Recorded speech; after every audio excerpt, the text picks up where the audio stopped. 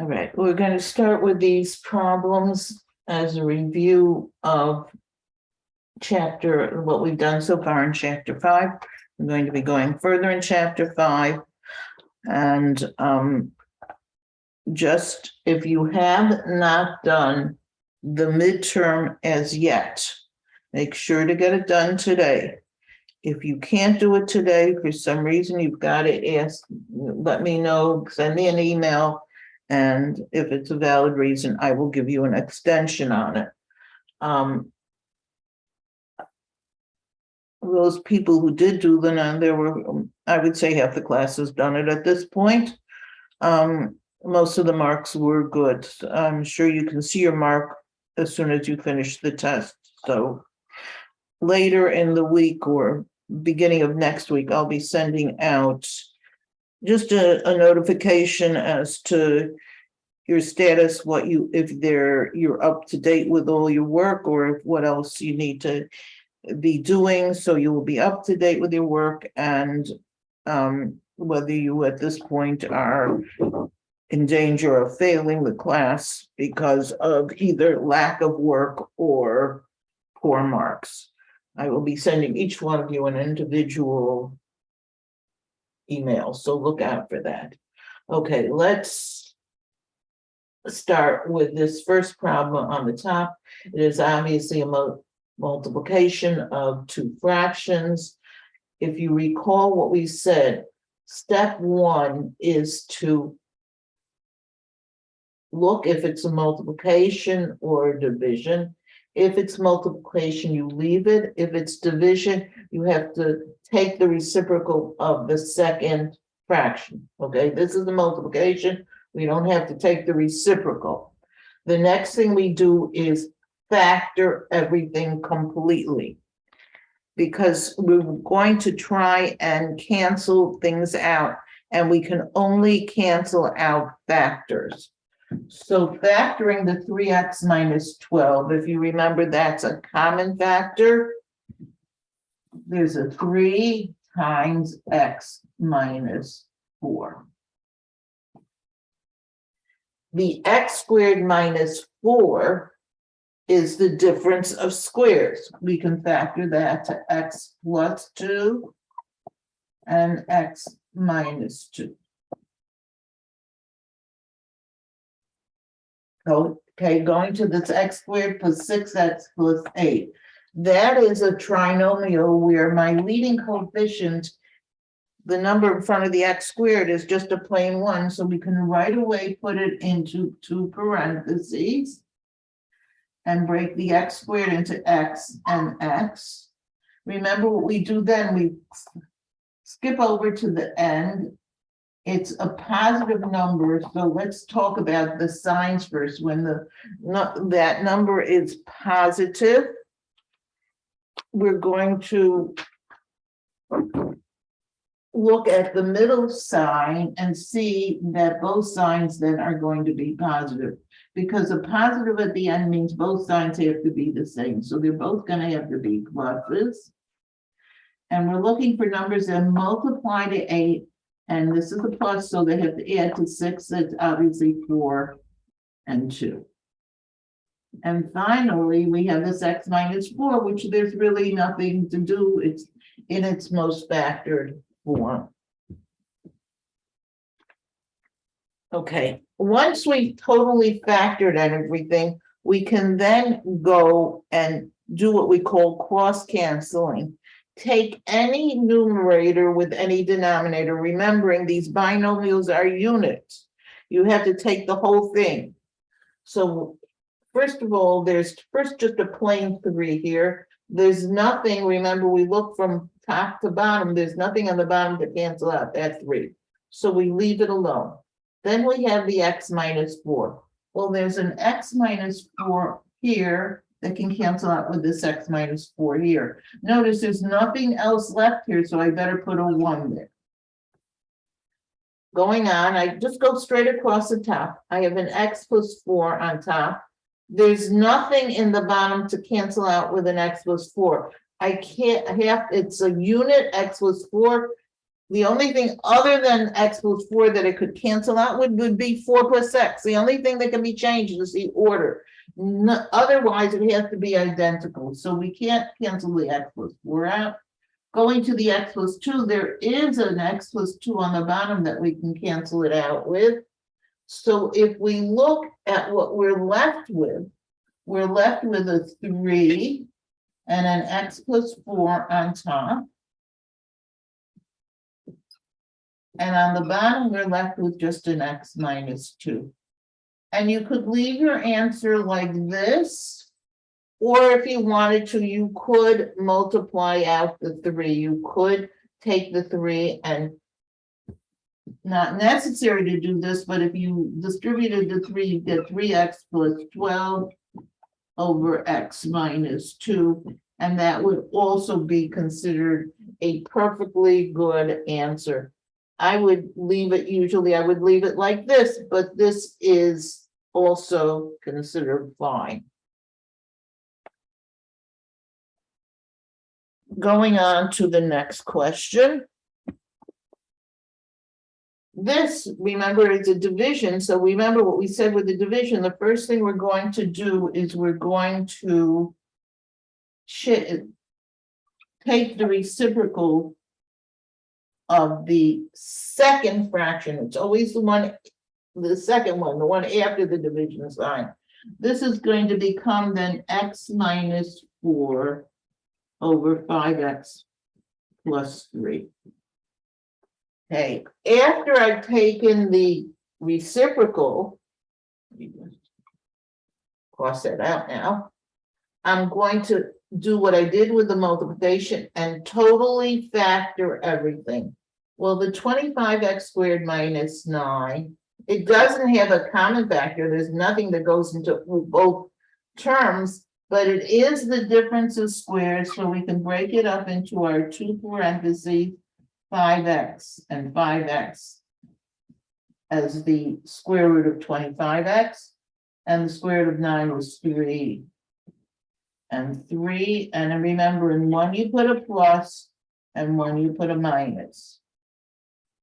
This x squared minus 16 is also the difference of squares. And again, it doesn't have a common factor, nothing that we can take out in front, but we can break it up into x and x, 4 and 4, again, one being plus, and one being minus. And now, remember, we've taken the reciprocal here, so this is no longer a division sign, it's now a multiplication. And we have the x minus 4 on top, and the 5x plus 3 on the bottom. And as we did before, we're going to go across my top and see if there's anything from the top to cancel out with the bottom. And yes, here's the x, 5x plus 3, cancels out with this 5x plus 3.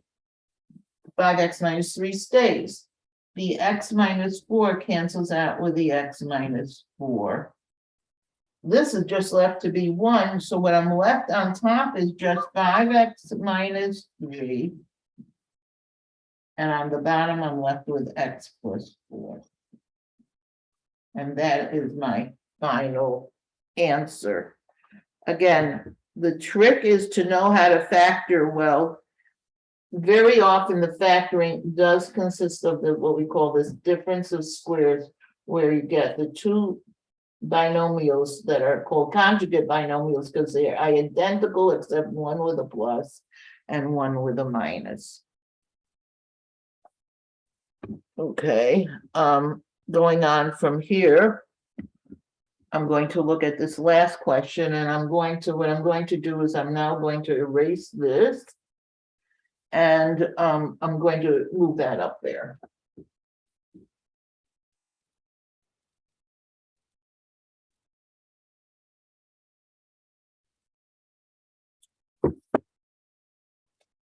So the question is now 5 over 8x plus 3 over x minus 1 over 4. This is not a multiplication and division. It happens to be a combination of adding and subtracting, and we have to be very careful when we're adding and subtracting. The big thing is to find what we call the LCD, the lowest common denominator. You can only combine, which means add or subtract, fractions if their denominators are the same. This is, you probably remember this from elementary school or from high school, that you must have a common denominator. So when we're dealing with fractions that we're adding, subtracting, the first thing is to find an LCD. And what we do is, first, we just dealt with, these are what we call monomials. There's no polynomials in the denominators here. They're just single terms. So you look at first the numbers, the 8. Well, here the number is a 1 and the 4. And you think, what number does everything go into? You're not looking for a number that goes into all of them, but a number that they all go into. What does 8, 1, and 4 all divide evenly into? And I think you'll agree that that number has to be 8. Because 8 goes into 8 once, 1 goes into 8 times, and 4 goes into 8 2 times. In other words, the greatest common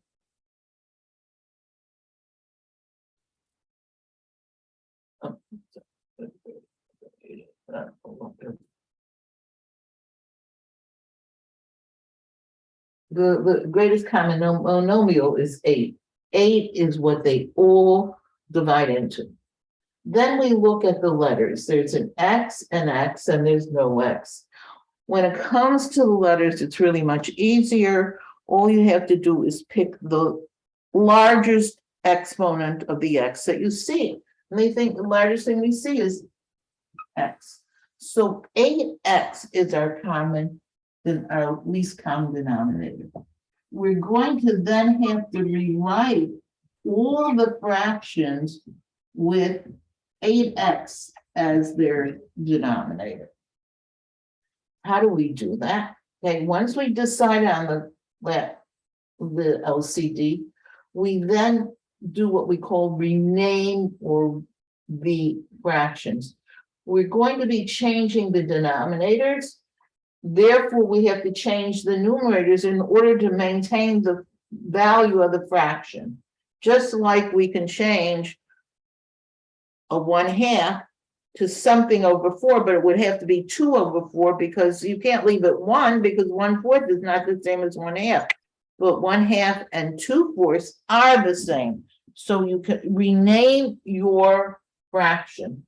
So how do you do that? You take the original denominator, the 8X, and divide it into the 8X.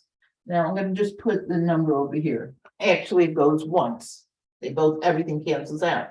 Take that number that it goes into, the 1, and multiply it by the numerator. 1 times 5 will give you 5. In other words, since I didn't change the denominator, I'm not changing the numerator. Going on to the second fraction.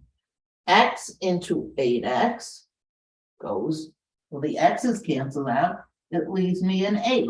I'm just putting it on the side here to keep it in mind. I take that 8 and multiply it by the 3, and that gives me 24. In other words, 24 over 8X is equal to 3 over X. If I would reduce this, I'd get back to this, but I don't want to reduce it because I want to make sure we're going to have the same denominators. Okay, finally, we do the 4 into the 8 gives me 2, and the X, 1 into X gives me X. 4 into 8X is 2X. So I have to take this 1 and multiply by 2X, and that gives me 2X. Okay, now I'm going to erase what's on the bottom here. I have more room. Once we renamed our fractions,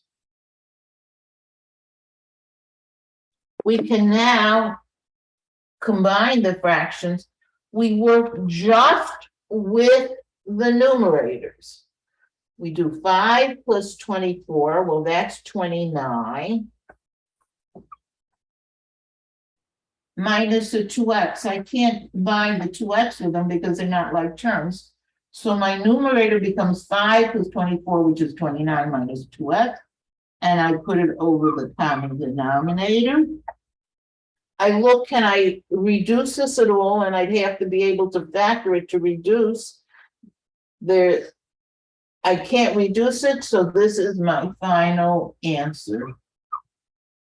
Adding and subtracting is a little bit more complex than multiplying and dividing. That's why we did it second. Okay, what happens if our denominators are not monomials? How do we handle with an example in which we have to add fractions, but the denominators are binomials or polynomials of some sort?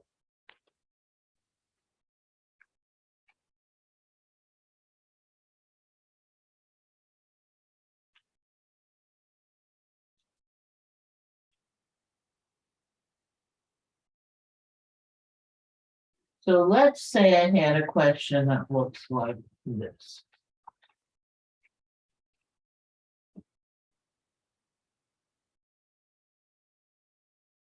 I'm going to do a couple of these with you, then I'll give you one to try.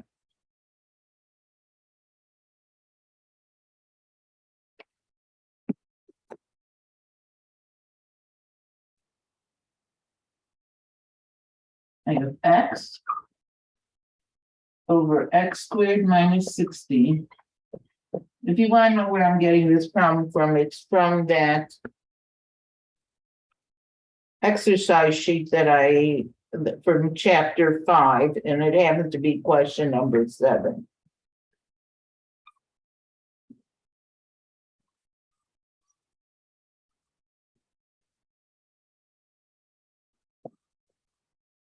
This happens to be a subtraction of fractions.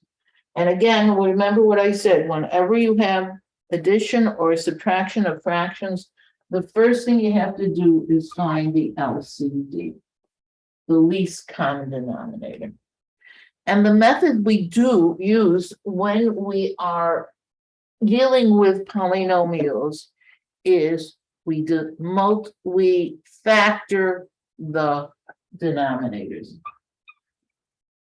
You don't have to do this with monomials, but with polynomials, that's your first step.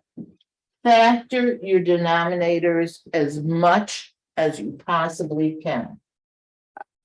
Okay.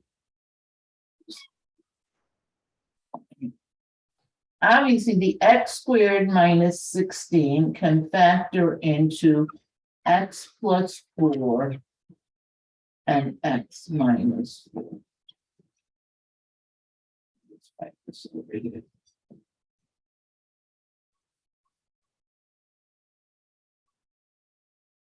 The x plus 4 can't be factored any further. Once I have my denominators totally factored, I go and I start with my first, to get my least common denominator, go to my first denominator, and I write down all of those factors, the x plus 4 and the x minus 4. If there were more, I'd write them all down. The first thing you write down is all the parentheses, all the binomials from that first, all the factors from that first fraction. Then go to your second fraction and look, did you write this down? Did you write the x plus 4 down already? Yes, we did. If there's anything that you in your second fraction that you haven't already written down, you've got to write that down. If you've written everything down, you don't have to write anything more down. In other words, you start with your first fraction, go to your next one, and include anything additional that you didn't have before. Well, we've included all the different factors that I see. The only different factors I'm seeing are the x plus 4 and the x minus 4. That is your LCD. You have now found your LCD. X plus 4 and x minus 4 is your LCD. Notice when you're going to work this out, you're going to be working it out so that your denominators are already factored. What did we say afterwards, after you find your LCD? The next thing is to rename your, so you factor your denominators to find your LCD. And the next step is to rename your fractions. Now, how do we go about doing that? We have to figure out if we've multiplied the denominator by anything, we've got to multiply the numerator by that exact same thing. It's going to be, in a way, even easier than the monomials once you've got your LCD. Just inspect. Take your original. That's why, if you notice, I put one fraction right under the other. Okay, starting with my first fraction, I see that I have the x plus 4, and I see that I have the x minus 4. There's nothing in my LCD that I didn't have previously. I didn't touch my denominator in the first fraction, so I'm leaving my numerator the same. In other words, I'm leaving that first fraction x over x plus 4 times x minus 4. What about the second fraction? Well, let's go through there. In the second fraction, I have the x plus 4 I have. What I don't have is my x minus 4. That's what I'm going to have to multiply by x minus 4. So I'm going to take the numerator over here, which is 2x, and multiply it by x minus 4. Now notice, I'm not going to leave it in parentheses. I'm actually going to multiply it out. My numerators, my denominator should all be in parentheses. They should all be factored, but my denominator should be all factored. My numerators have to be individual terms. So I do 2x times x is 2x squared. And 2x times negative 4 is negative 8x.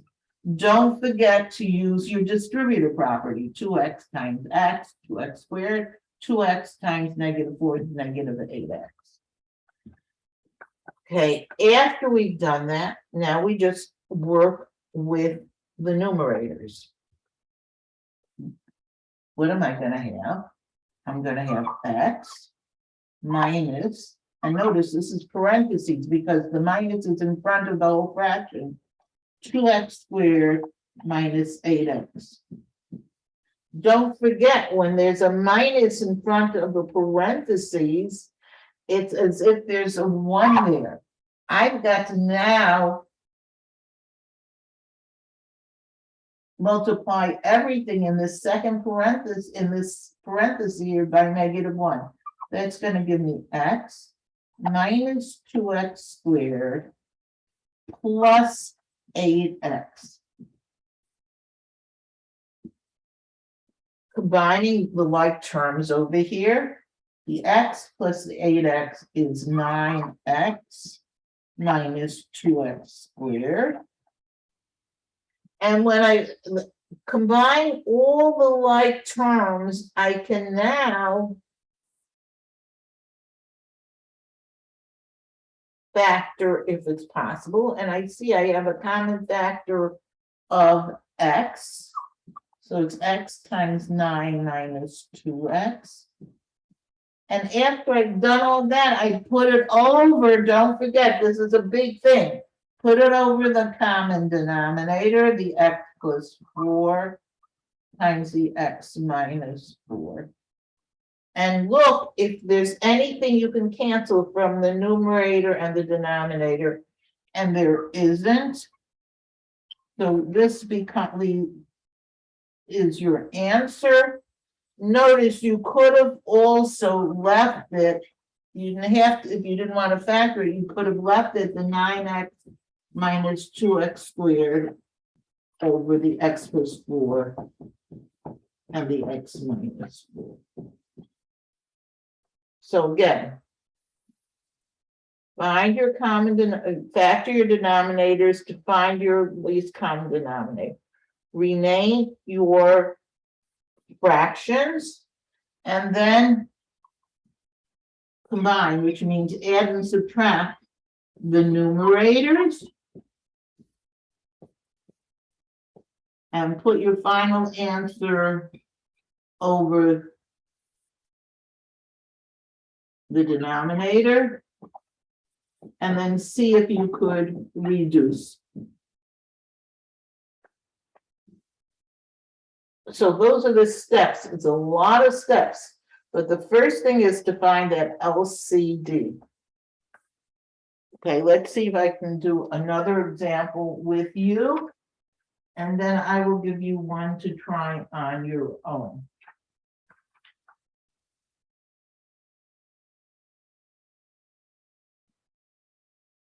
Is it all right if I erase this now?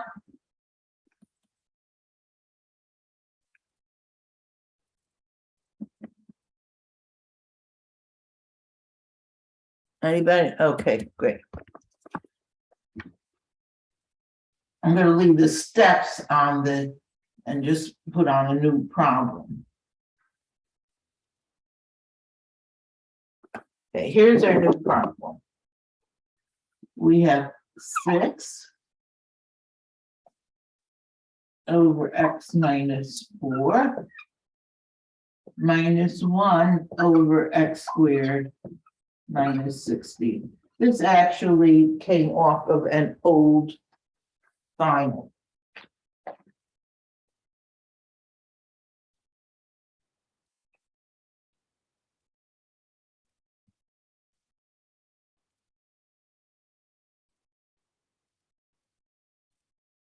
Okay, step 1.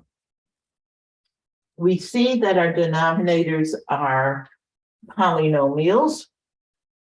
They're not just single terms, so we've got to factor them. Happens to be that they're the same as we had before, x plus 4 and x minus 4. This x minus 4 there's nothing to factor.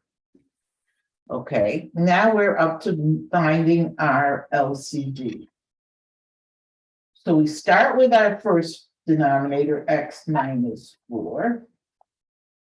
We take everything from that first denominator and then go to our second denominator. Do I have an x plus 4 written down? No, I don't. So I have to write down that x plus 4. The x minus 4 I already had, so my common denominator happens to be x minus 4 and x plus 4.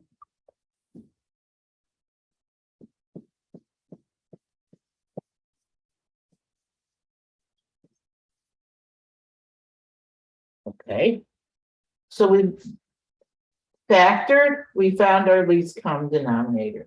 Now we're renaming our fraction by multiplying by what's missing from the original denominator. I look at this first fraction and I see I have the x minus 4. What I don't have over here that I have now is x plus 4. So the x plus 4 is what I'm going to have to multiply by. I'm going to have to take the 6 and multiply it by x plus 4. This is going to give me 6x plus 24. remember to use distributive property. 6 times x is 6x, 6 times 4 is 24. Now I go to my second fraction. The x plus 4 I already have. The x minus 4 I already have. I have not done anything to my denominator. My LCD is the original denominator here. I didn't multiply the denominator by anything, so I don't have to do anything to the numerator. I just leave that alone so that I'm left with just a plain 1. Now we combine the numerators. What are our numerators? 6 plus 24 minus 1. I don't have to put a parenthesis here because it's only a single term. If it's more than one term, I have to put a parenthesis. If I combine the 24 and the -1, those are the like terms, it leaves me 6x plus 23. And now I put that over my common denominator of x plus 4 and x minus 4. It doesn't matter if you put it if you write it in the opposite order. The order in which the parentheses come don't matter because you're multiplying. The numerator, there's nothing to factor out in the numerator, so there's nothing to cancel out. Here is our final answer.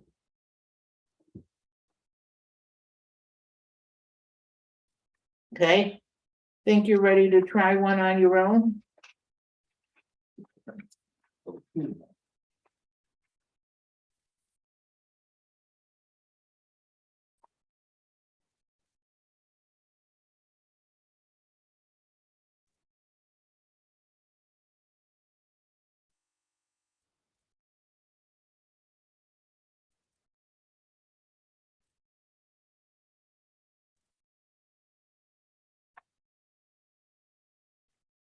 Okay, taking this off an old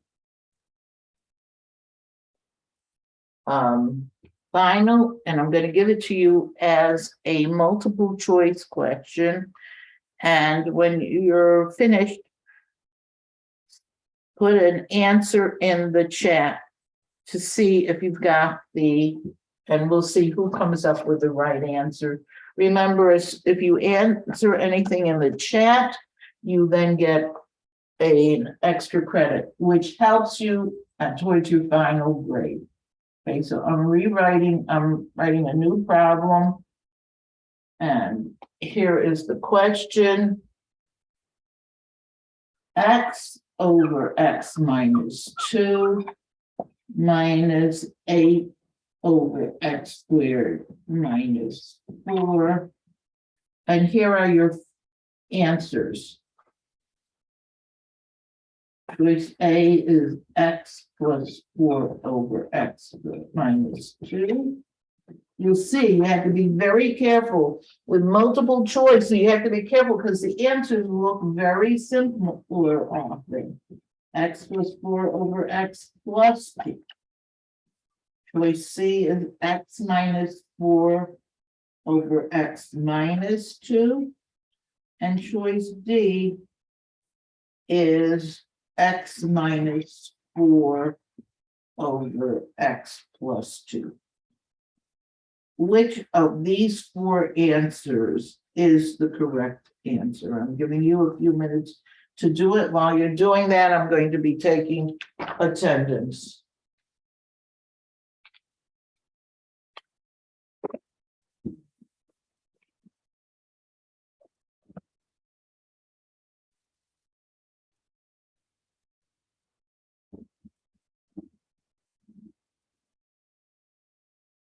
Olivia.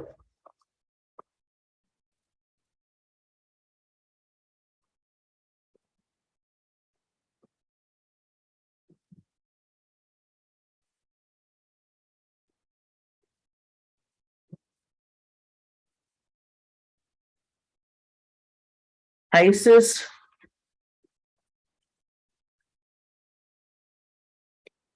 Isis Sparkle.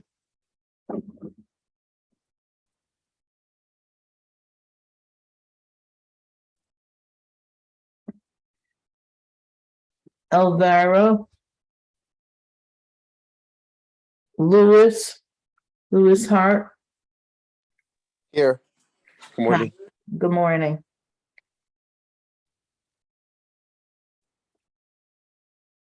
Emma. I'm here. Good morning. Hi, Professor. good morning.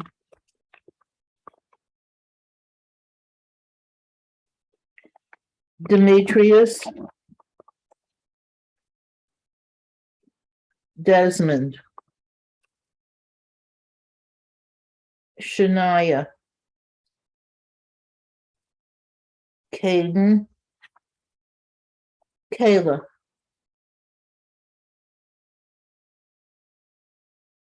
Here. Good morning. Sanjita.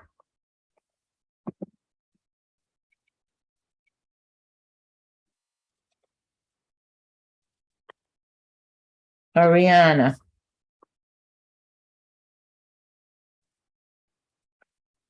I'm here. Yeah. Tahira.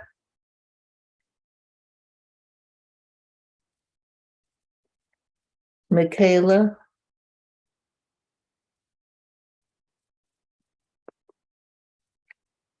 Kiana. Here. Hi, good morning, Kiana. Morning. Carleaf.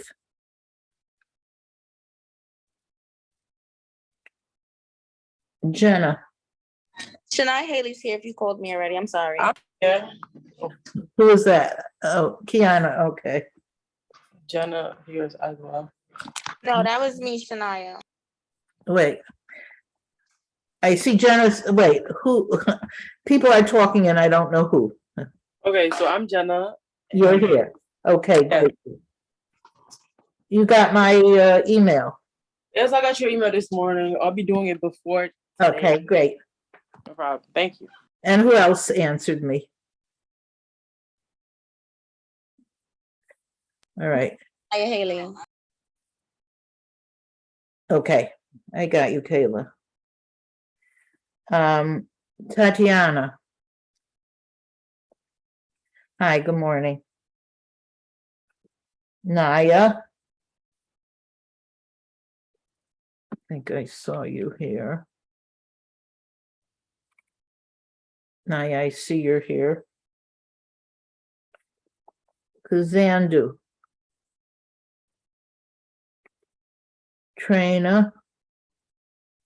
Jean, I see you're here. Okay, now let's see who got this. 1, 2, 3.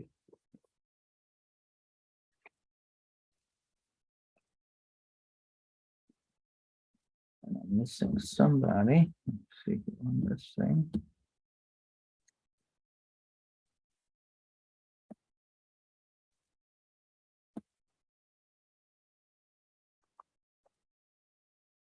Okay, Shania. Yeah. Hi. Okay, now I got you now.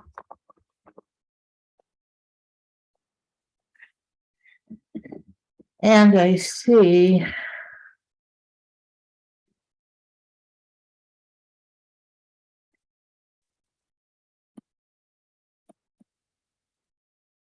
that Kiana sent us an yes, Kiana and Kayla both sent me answers. They both sent me the same one.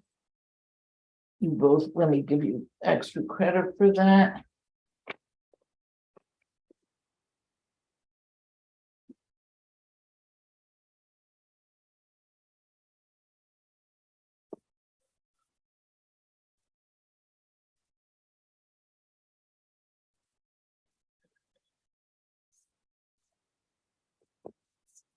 Okay. Let's see if they came up with the right answer.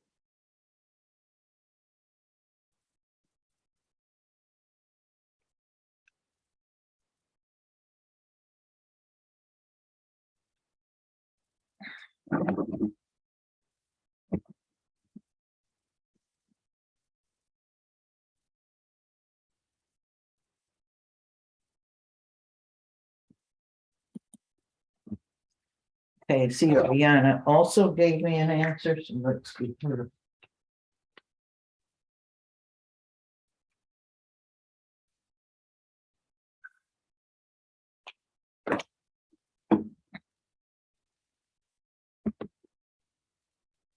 Okay, I changed my answer. I see, Oriana.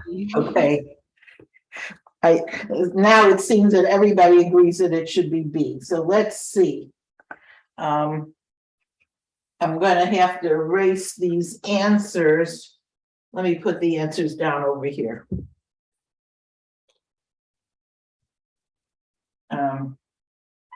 Well, I don't have to put the answers down. We'll just remember everybody picked B, so let's see if B is the correct answer. That's x plus 4 over x plus 2.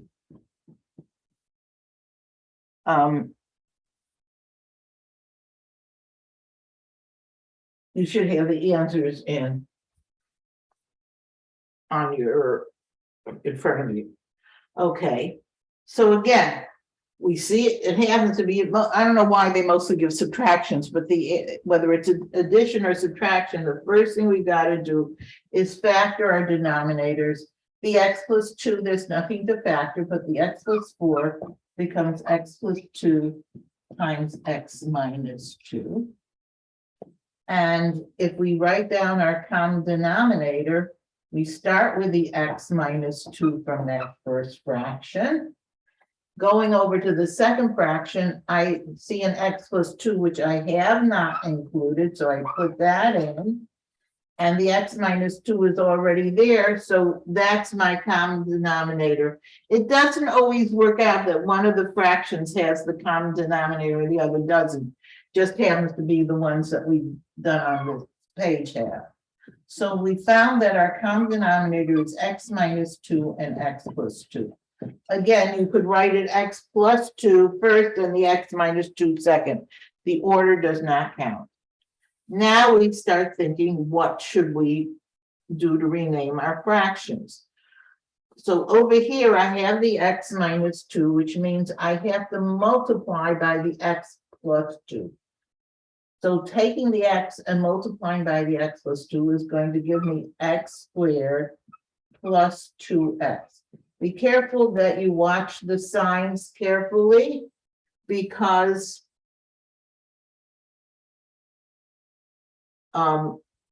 that's where you can really make a mistake. Going to your second fraction, we have the x plus 2, we have the x minus 2, we don't have to put anything more in the denominator than we had already. In other words, we're not changing the denominator, we're leaving the numerator then alone as well. So my numerator becomes x squared plus 2x minus 8. And I try and factor that. There's nothing to combine, but I can factor this. Remember, this is x and x, because these are just, your leading coefficient is 1. This is minus. When your last term is minus, remember, 1 becomes a minus and 1 becomes a plus. And you look for numbers that multiply to that last number, which is 8, and subtract to the middle number. So what multiplies to 8, and when you subtract, it gives you 2, is obviously 4 and 2. 4 times 2 is 4 minus 2 is 2. So the two numbers you're looking for are 4 and 2. Now here you have to be careful. Do I put the 4 with a plus or with a minus? And we look at that middle term is plus. So the larger number, the 4, goes with a plus, and the smaller number goes with the minus. We then, don't forget, you put it over your common denominator, your x minus 2 and your x plus 2. And now you see you can cancel out the x minus 2 with the x minus 2. So your final answer becomes x plus 4 over x plus 2, which is indeed choice B. That was excellent.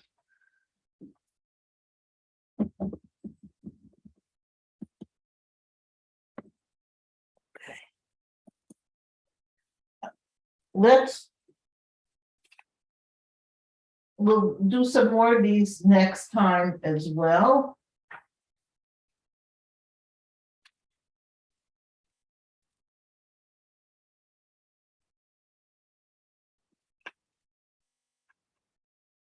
But let's go on to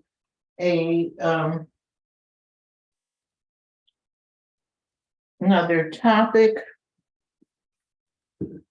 which is related to this, and this is, how do we solve equations that have fractions in them? And we did, in the beginning of the year, we did a little bit with this, so let's see if we can continue our discussion. How do we deal with fractional equations?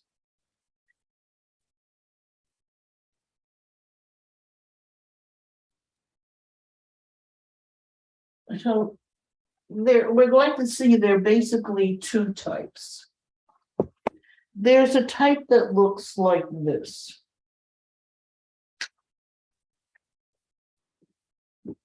And this is question number 10 on that study sheet. It's 6 over n minus 5 equals n over 4. And we want to solve this, of course, for n. Remember, when you have an equation, what you're looking for is you're trying to solve the equation by finding the value that makes the two sides of the equation equal. This is actually something called a proportion. It's one single fraction equaling another single fraction. When you have two ratios, two fractions equal to each other, you have a proportion. The main important thing about a proportion is that you can cross multiply. What do I mean cross multiply? If you multiply the numerator of one fraction with the denominator of the other, so it's called cross because you're going across the equal sign, it's going to be equal to the numerator of the second fraction times the denominator of the first. Numerator times denominator equals numerator times denominator. And if you know this, the whole point with a fractional equation is you really would like to get rid of those fractions because fractions are hard to work with.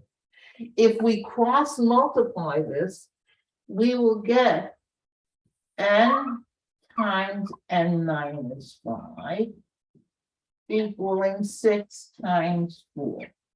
This times this equals this times this. It doesn't matter what order you put it in. Going from there, you can then solve this equation that we have now on the board that has no fractions in it. Now, the first thing we're going to want to do is remove the parentheses. We use a distributive property and we'll get n squared minus 5n equals 6 times 4, which is 24. Notice what this equation has become is a quadratic equation. How do I know it's a quadratic equation? Because I see that square in it. That n squared, the variable is squared, which means that we have to get it equal to 0.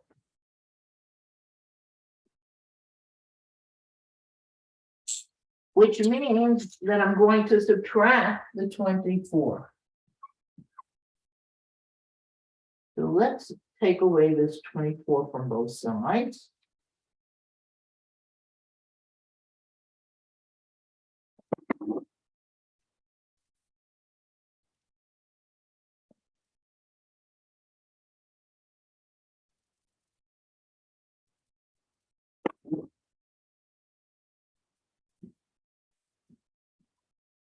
So my equation becomes n squared minus 5n minus 24 equals 0. And we know when we want to solve the quadratic equation, so far the only method we have is a method called using factoring. We're going to break this up into our two parentheses. If you notice, that's why that whole chapter on factoring was so important. There's so many things that you have to use factoring for. In this case, it's the easier type of factoring because the leading coefficient, there's no number in front of the n squared, the leading coefficient is 1, so we can just bring this up, break this up into n and n. The last sign being negative means one sign is going to be plus and one's going to be minus. And I need two numbers that multiply to 24, but when I subtract them, are going to give me 5. And 8 times 3 works because 8 times 3 is 24, and 8 minus 5, 8 minus 3 is 5. And between the 8 and the 3, the larger number is the 8, have to go with the minus, because the middle term is minus. So this is going to be n plus 3 and n minus 8. And we set each of these individually into equal to 0. So this will give us -3 from one answer.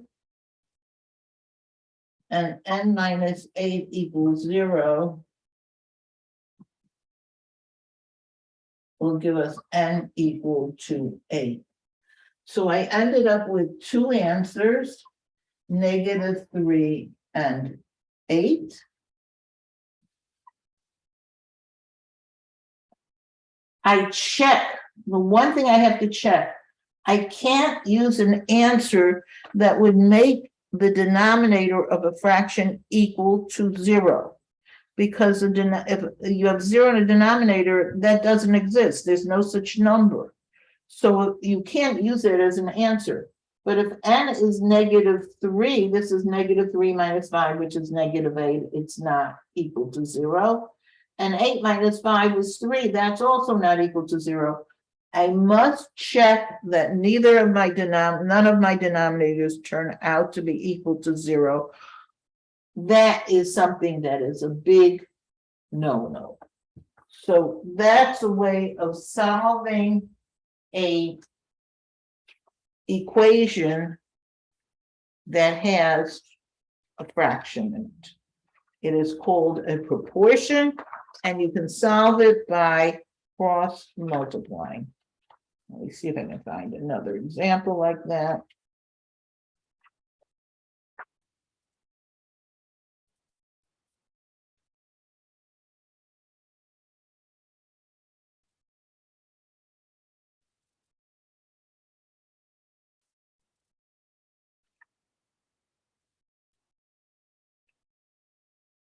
Okay. Here is an example for you to do of a similar type. Again, this is off an old exam. So let's see if you can do this one.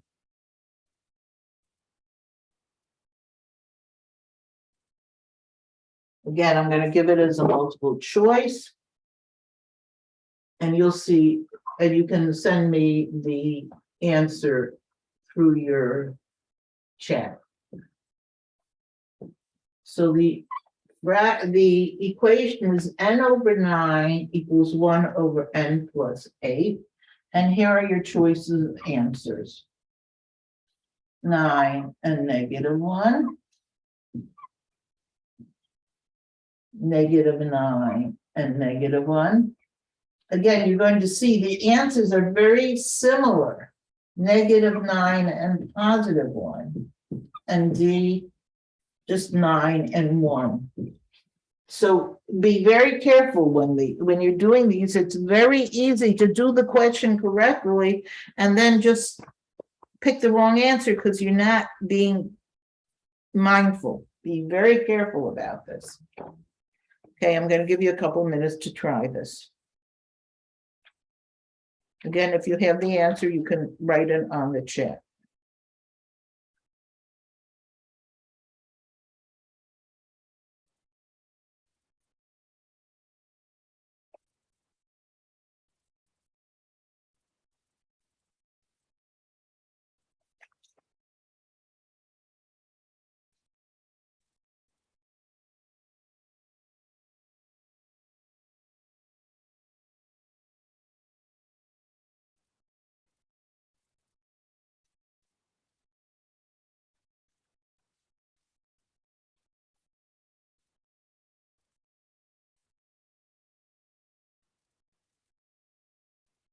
I'm not going to post any new homework on Delta Math today, but starting Wednesday I will.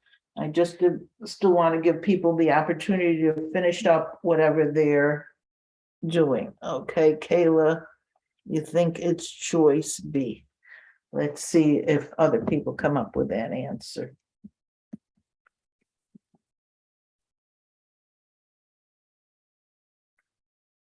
Okay, Ariana thinks it's C. So we've got a couple of people having answers. So I think we can start doing it together.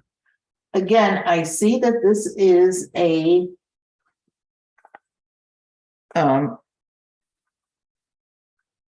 proportion, one that I can cross multiply. Let me just give, I want to just give, okay, we have 3 people giving me answers. I have. Let's see who gave me answers. Emma, getting a extra credit. Kayla, you're saying it's C2. And let's see who else gave me an answer.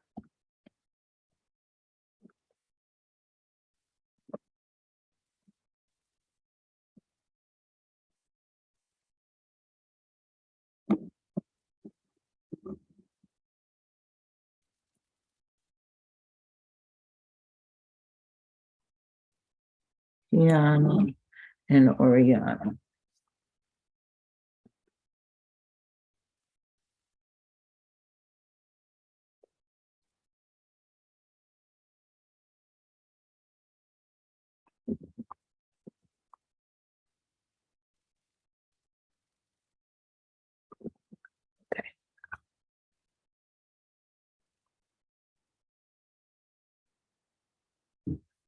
So the first thing I'm going to do again is cross multiply. So I'll do n times n plus 8 will give me 9 times 1. And removing the parentheses, we get n squared plus 8n equals 9, which means I have to bring this 9. It's again a quadratic equation. I bring the 9 to the other side. That gives me n squared plus 8n minus 9 equals 0. And again, we're going to factor it because it's a quadratic equation. It has that square. So we're going to put n and n. And this is negative, means 1 is plus and 1 is minus. And I need numbers that multiply to 9 and subtract to 8, which is obviously 9 and 1. But the 9 has to go with the plus because the middle term is positive. The 1 goes with a minus. And we set each of these equal to 0, n plus 9 equals 0, and n minus 1 equals 0. Don't forget, you have to bring these to the other side to get n equals negative 9 and n equals positive 1.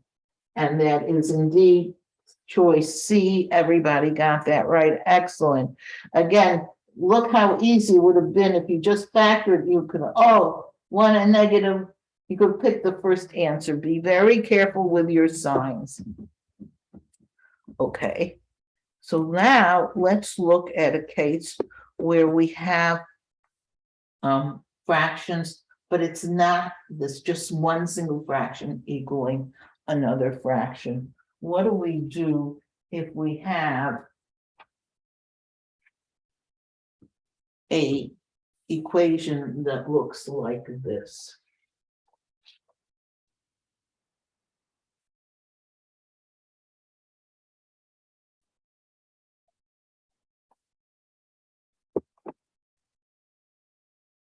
Let's say I gave you this 2 over x minus 3 plus 1 over x equals 1 over 2x squared minus 6x.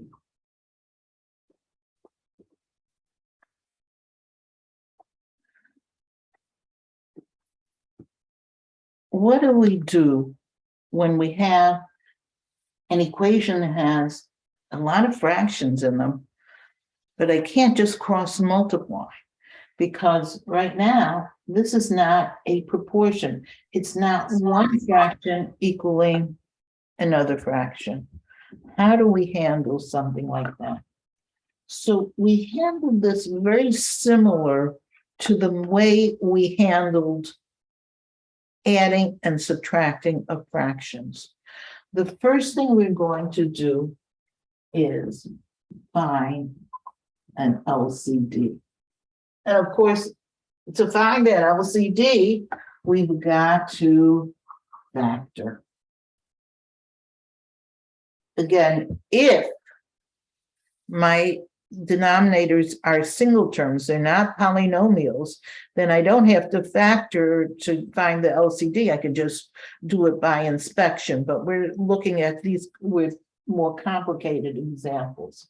Well, x minus 3 I can't factor, and x I can't factor, but the denominator 2x squared minus 6x can be factored. It has a common factor of 2x. So it becomes 2x times x minus 3. Now look at the factors that I have here. Obviously, this is an x plus minus 3. This is an x. This is a 2, an x, and an x minus 3. So if I want to find my LCD, let's write it down. The first thing is going to be the x minus 3. The next thing I see is an x. Now, x minus 3 and x are really totally different because x really means x plus 0. It's a different at all, so I have to put that in. And then I go over here and I have the x and I have the x minus 3, but I don't have the 2x. In other words, my common denominator is 2x times x minus 3.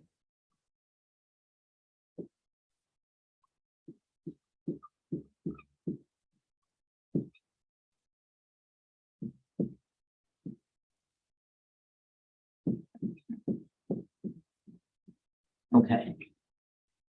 So we found our LCD. The next step is exactly the same thing we did when we added and subtracted fractions.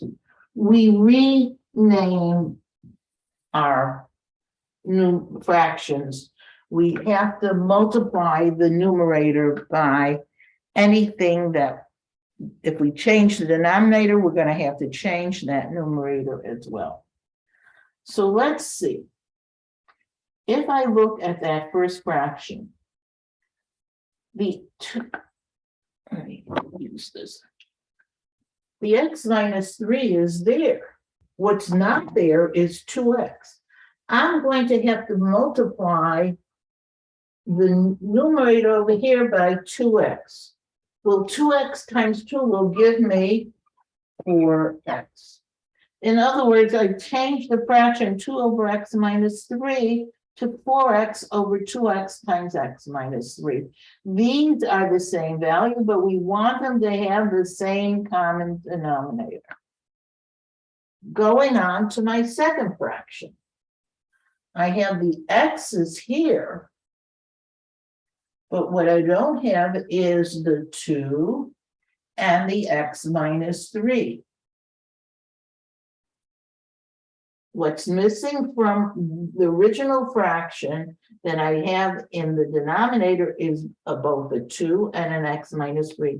I'm going to have to multiply this 1 by 2x minus 3. So that just becomes 1 times anything becomes 2 times x minus 3.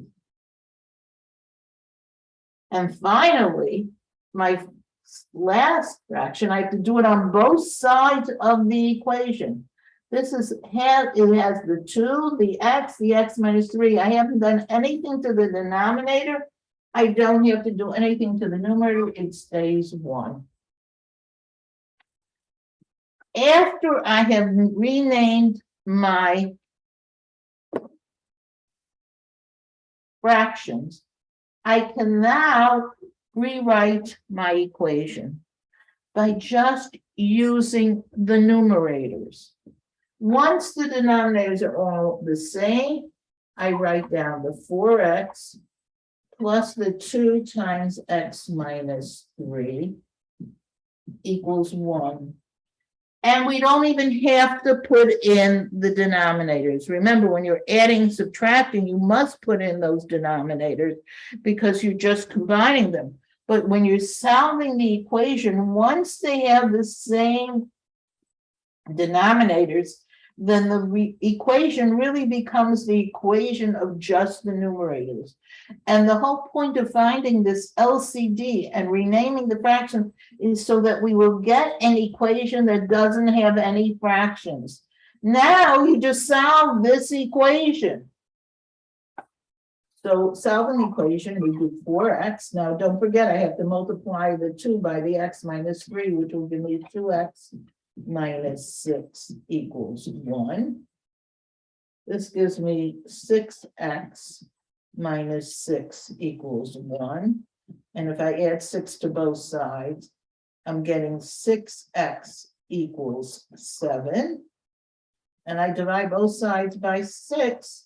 And my final answer becomes 7 over 6. The answer is a fraction, but that doesn't, the whole question was a fraction. So if the answer is a fraction, that makes sense. The only thing we have to do is make sure that the 7 over 6 doesn't make any of those denominators equal to 0. And really it doesn't. The only thing that would make this denominator equal to 0 would be a 3. And the only thing that would make this denominator equal to 0 would be 0. So 7 over 6 is not making any of the denominators equal to 0.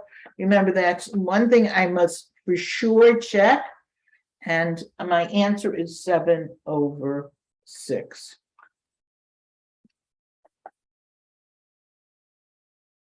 Let's see if we can find another question to do.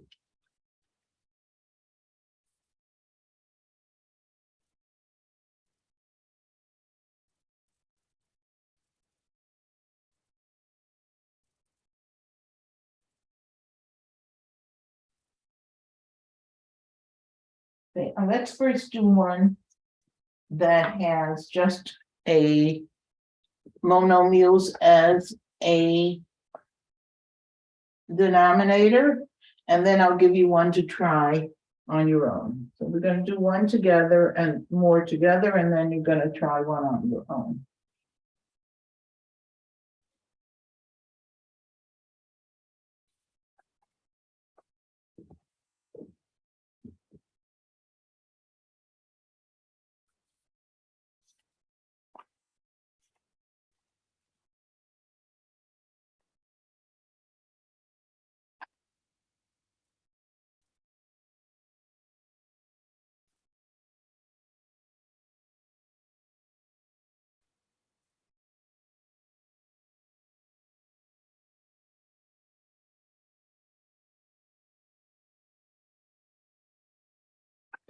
So let's say we had this one, 5 over 2x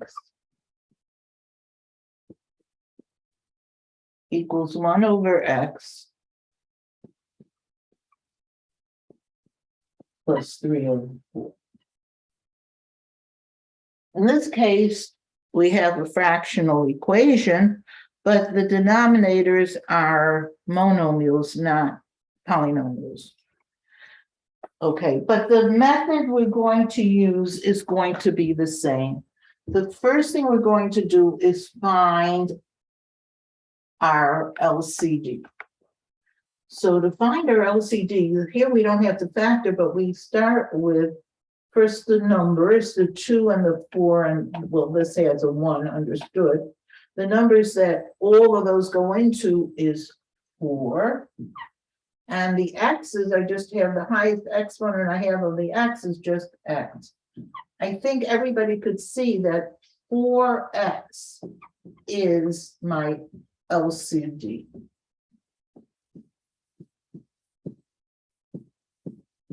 So just by inspection, if you just had 2, 1, and 4, you would know it would be 4. And again, the variables, when you have variables, just pick the highest exponent that you see. We only see an exponent of 1, just a plain x. Okay, now we're going to rename our fractions. So first of all, I do the 2x and divide it into the 4x. The 2 goes into the 4, 2. And of course, the x's canceled out, so this becomes 2 times 5, which is 10. Then I divide the x into the 4x, which gives me 4. And 1 times 4 is 4. And finally, we divide the 4 into the 4x. The 4's cancel out. I'm left with the x. I have to multiply the 3 by the x, which gives me 3x. Remember what I said, once you have all the same denominators, you just work with the numerators.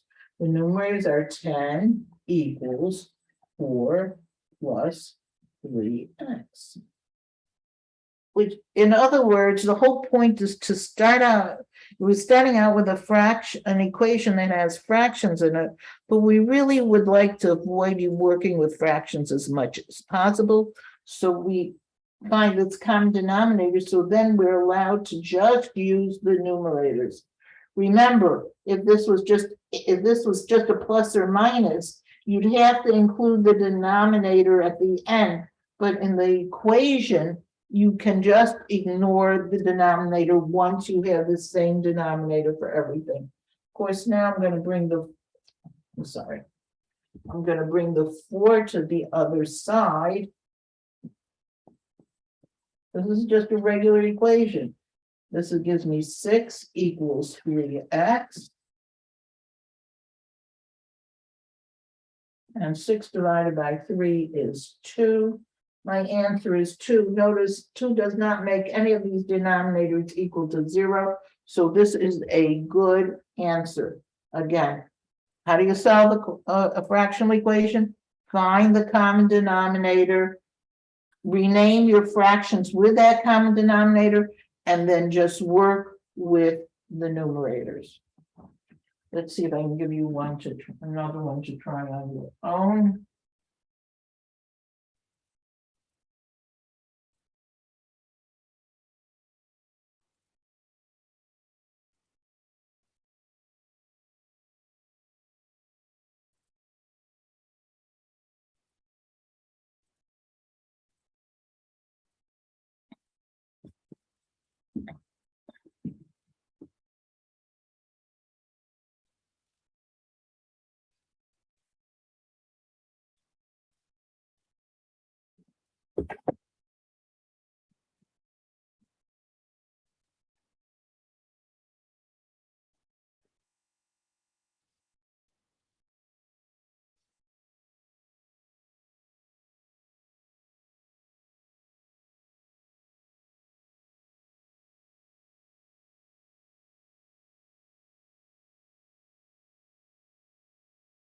Let's say I give you this equation.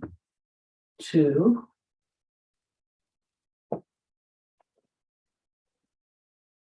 plus 5 over x equals 3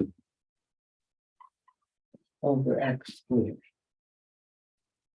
Okay, I'm just going to start you off by saying, when you have a whole number, if one of your not everything is fractions, if some of your terms are whole numbers, put it over 1, because when you're dealing with fractions, you want to make sure everything looks like a fraction. Okay, we're going to give you a few minutes to try this, and we're going to come back and see if we can do it together.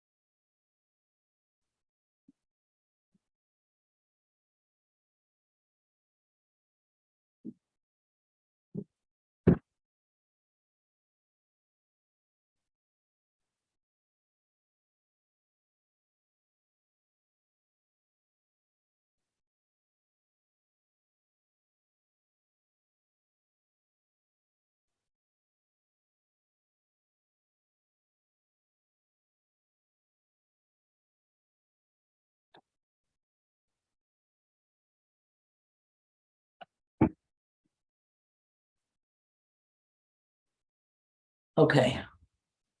Let's see if we could do this problem. And I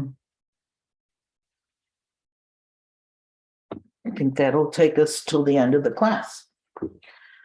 Okay, so there are no numbers here that I have to use as a common denominator because this is one, this is one, this is one, so one is the common denominator. But in terms of the letters, the highest exponent I see is x squared, so x squared has to be my common denominator. Or 1x squared if you prefer putting in the 1. So we're going to have to rewrite all our fractions with a denominator of x squared. Well, if I take the 1 and I divide it into the x squared, of course it gives me x squared. And x squared times 2 is 2x squared. The x into the x squared gives me x. One of the x's, remember when you're dividing the variables, you subtract the exponents, and 2 minus 1 is 1, so it's x to the 1, and 5 times x is 5x. And finally, x squared into x squared cancels out, so since I didn't change or you want to call it 1 times 3 is 3. The denominator stayed the same, which means the numerator stays the same. So now we have everything written with an LCD. We've renamed all our fractions. So now we just write the equation of the numerators. 2x squared plus 5x equals 3. Once you have the same denominator, you do not need to put it in anymore. You can just work with the numerators. This obviously is a quadratic equation because we have an x squared. So I'm going to minus 3 from both sides. So this will give me 2x squared plus 5x minus 3 equals 0. And this is the more complicated type of factoring because we have a leading coefficient of 2. In this case, we're going to have to use what we call our AC method. The A times the C is going to be equal to -6. So I'm going to have to find two numbers that multiply by 6, but when I subtract them are going to give me 5. And obviously those numbers are 1 and 6, because 6 minus 1 is 5. And it's going to have to be a -1 and a +6. So I'm going to rewrite this as 2x squared plus 6x minus 1x minus 3. Remember, I use the AC method to make the trinomial into 4 terms so that I can use grouping. In my first group, my common factor is 2x. So this becomes x times x plus 3. In my second group, remember, even if there's no common factor, there's always a common factor of 1. When you're doing grouping, you have to have something on the outside. And since my original number term is in that second group is negative, it's going to be a -1. So -1 into -1x is x, and -1 into -3 is +3. So that we end up with, over here, the x plus 3 on the outside, and the two other numbers are the 2x minus 1 in my second parentheses. We set each of these equal to 0. X plus 3 equals to 0, and 2x minus 1 equals to 0. This looked like such a simple example, but if you notice, it's turning out to be quite complex. So one answer is x equals -3. And here I'm going to plus 1, and this is going to give me 2x equals 1. So my other answer is 1/2. So I have 1/2 as one answer. -3 is my other answer. It doesn't matter what order you put them in.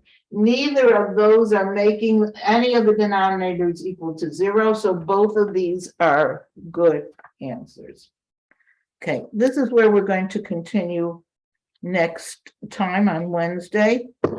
And we're going to, I hope to finish up chapter 5. Don't forget also to be looking out. Now, again, if you've done your midterm, make sure you go back and check if you're current with all your homeworks and quizzes. Don't forget the midterm preview, which is on Blackboard in this quizzes and tests section, is counted for a mark. Don't just neglect it. It wasn't just practice. You have to do it. Even if you did the midterm already, go back and do this preview. It's still available on Blackboard. Also go back and check that you're current on your Delta math homework. Your homework mark counts towards at least 10% of your final grade. Just checking if you've done the homework. Towards the end of the term, we'll have had something like probably 22 or 23 homeworks. And I will tell you at that time, if you've done 18, you'll get or 19, it depends on exactly how many there are in the end, then you will get the full credit. In other words, you can miss 1 or 2, but you can't miss a whole bunch of them. So that's if you've done the midterm already, go back and check and make sure you're current on homework. Starting on Wednesday, there's going to be homework from chapter 5. I'm not doing it yet because I wanted to concentrate on the midterm. Anybody who hasn't done the midterm has to complete it today, or let me know if they need an extension. Let me know today. From here, we're going to continue on Wednesday. Have a good day, everybody. Does anybody have any question they want to ask before I go?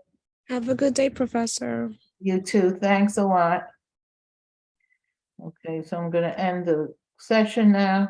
For me, I would say I'll complete my midterm doing today and tomorrow. I'm sorry. This is Jenna. We're Jenna. Yes. I said I'll complete mine between today and tomorrow. Okay. Okay, so I'll make sure to leave it open for everybody into tomorrow, just to give you a little leeway, but really, it really was, make sure you get it done. I know you got delayed a little bit, Jenna, so I understand that. I'm sorry about not seeing your note before that. No, it's totally fine. It's okay. Thank you. Okay. Okay, have a good day then, everybody.